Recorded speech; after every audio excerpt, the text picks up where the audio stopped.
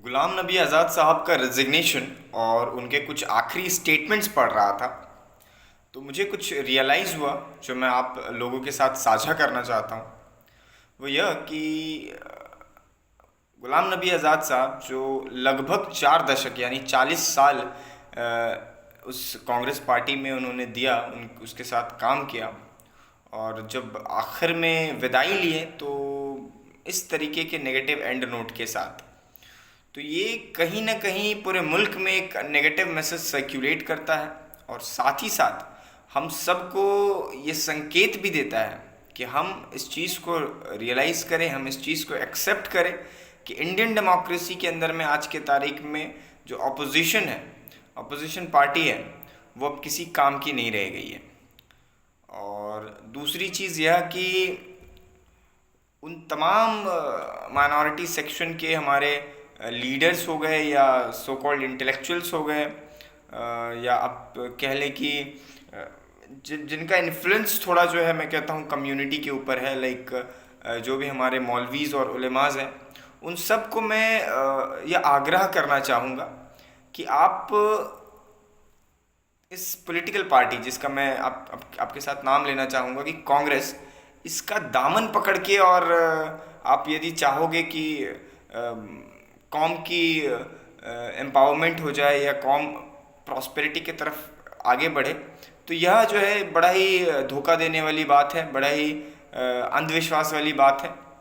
तो वक्त आ गया है कि हम समझें कि आज के तारीख में जो हमारा पॉलिटिकल एम्पावरमेंट है वो अब कांग्रेस के साथ रहकर पॉसिबल नहीं है इस मुल्क में। तो और दूसरी तरफ तो हम जा ही नहीं सकते, तो हमारे पास ऑप्शन अब जो है वो पॉलिटिकल एम्पावरमेंट का बचता ही नहीं है।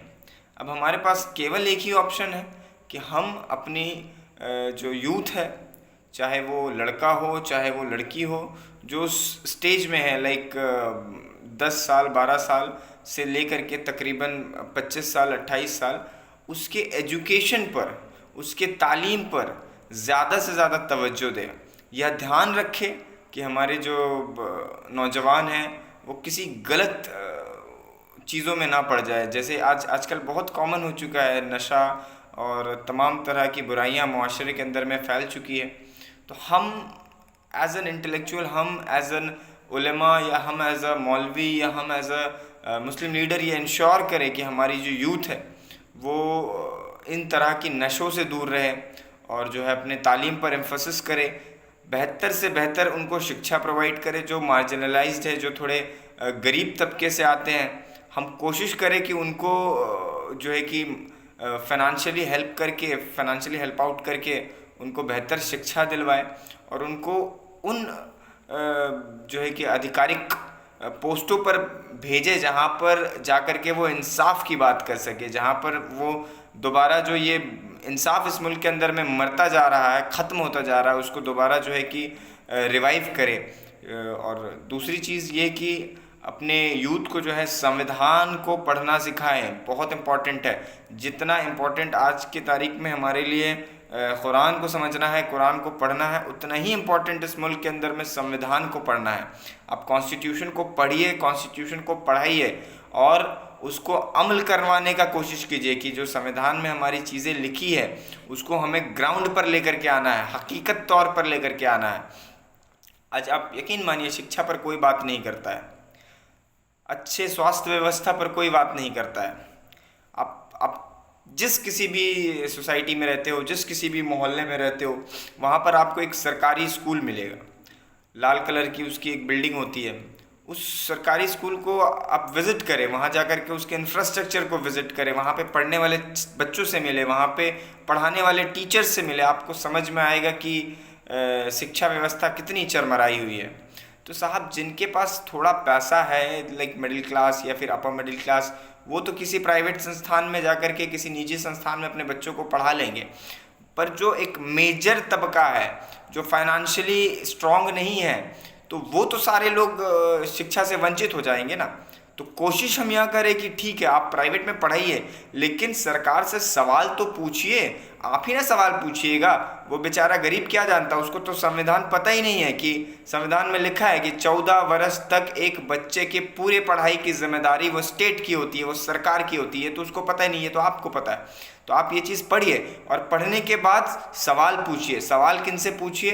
अपने जो आपके सो कॉल्ड पॉलिटिशियंस है, सो कॉल्ड नेता है, जो आपसे वोट मांगने आते हैं इलेक्शंस के वक्त में, या जो आपके प्रेजेंट एमएलएज है, प्रेजेंट एमपीज़ है, वो आपसे मुखातिब नहीं हो पाते, तो उनके रिप्रेजेंटेटिव से आप सवाल पूछिए।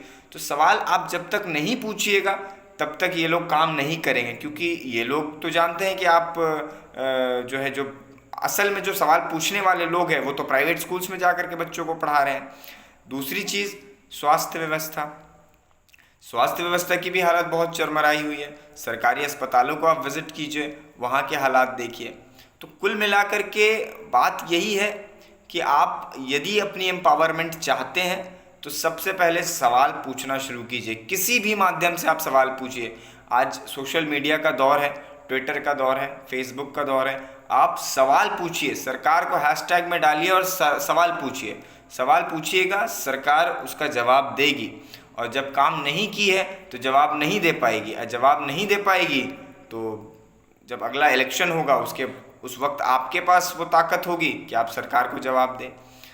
तो कुल मिलाकर के मेरे कहने का यही तात्पर्य है। और जो प्रेजेंट पॉलिटिकल सिनेरियो इस देश का चल रहा है, इस पॉलिटिकल सिनेरियो को ध्यान में रखते हुए एक बड़े रिवॉल्यूशन की ज़रूरत है, एक बड़े बदलाव की ज़रूरत है। और वो बदलाव जो है वो सबसे पहले खुद के अंदर लेकर के आना होगा। खुद के जो हमारा थॉट्स है, जो हमारी मानसिकता है, मानसिकता किसी के भी प्रति हो, सबसे पहले तो हमें अपनी मानसिकता, जो महिलाएं हैं उनके प्रति थोड़ी सी बदलने की ज़रूरत है। बदलने की ज़रूरत है इन द सेंस कि वक्त के जो भी वो है उसको देखते हुए हमें समझना होगा कि उनका भी शिक्षित होना, और वो भी अव्वल दर्जे का, एक ग्रेड क्वालिटी का शिक्षित होना बहुत बहुत इम्पॉर्टेंट और बहुत समझ लीजिए कि रिक्वायरमेंट है।